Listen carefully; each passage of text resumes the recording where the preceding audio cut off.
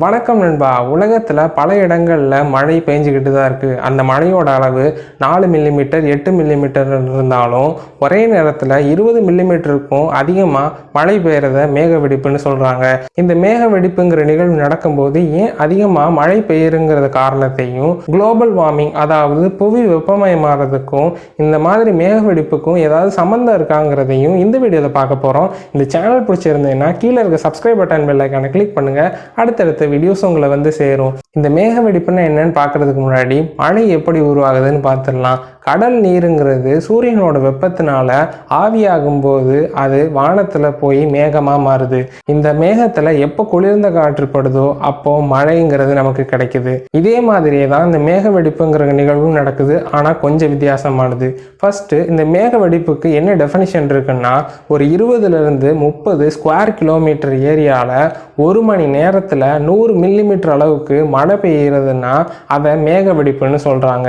இந்த மேக வெடிப்பு நிகழ்கிறதுக்கு என்ன காரணம்னா, கடலில் இருக்கிற நீர் ஆவியாகி மேகமாக உருவாகுது. இந்த மேகம்ங்கிறது நிலம் நீர்னு எல்லா இடத்துக்கு மேலேயும் நகர்ந்துக்கிட்டே இருக்கும். இப்படி நகரும் போது பூமியிலிருந்து எழுற வெப்ப காற்றுங்கிறது அந்த மேகத்து மேலே படும். மேகத்தில் குளிர்ந்த காற்று பட்டாதான் மழையாக வரும். இந்த மேகத்தில் நிலத்திலிருந்து எழும்புற வெப்ப காற்றுங்கிறது அந்த மேகத்தை ரொம்ப அழுத்தம் கொடுக்க செய்யும்.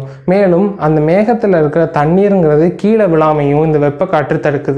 இதனால் அந்த மேகத்தில் அதிகமான நீர் தங்கிக்கிட்டே இருக்குது. ஏன்னா கடல் நீர் ஆவியாகிட்டே போகிறதுனால அந்த ஆவியாகிற நீரும் அந்த மேகத்தில் தங்கும். அந்த மேகத்தில் அதிகமான தண்ணீர் இருந்தாலும் அதால் மழையாக பொழிய முடியாது. அதனால் அந்த மேகம்ங்கிறது ஒவ்வொரு பகுதியாக நகர்ந்துக்கிட்டே போகும். இந்த அடர்த்தியான மேகங்கள் எப்போ மலைக்கு மேலே போகுதோ அந்த மலைகளில் மரங்கள் இருக்கிறதுனால அந்த மரங்களோட குளிர்ந்த காற்று இந்த மேகங்களை குளிர்விக்க செய்யும். இந்த குளிர்ந்த காற்று அந்த அடர்த்தியான மேகங்களில் படும்போது அது சில நிமிஷங்கள்லேயே அதிக மழையை பொழிய செய்யும். அதாவது 20 மில்லிமீட்டருக்கும் அதிகமான மழைங்கிறது சில நிமிஷங்கள்லேயே அந்த நிலத்தை பொழியறதுனால வெள்ளப்பெருக்குங்கிறது ஏற்படும். ஏன்னா மலைப்பகுதிகளில் மழை நீர் வரும்போது அந்த மழை நீருங்கிறது கீழ்ப்பகுதியை நோக்கி வரும். இதனால வெள்ளப்பெருக்கு, நிலச்சரிவு போன்றவை ஏற்படுது.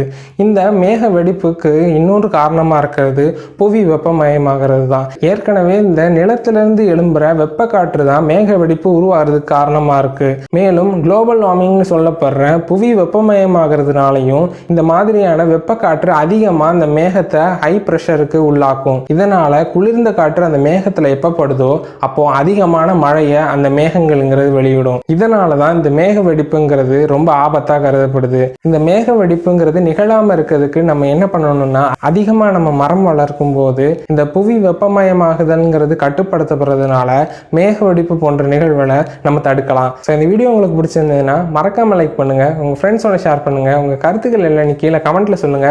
மேலும் இந்த சேனலுக்கு சப்ஸ்கிரைப் பண்ணுங்க. நன்றி, வணக்கம்.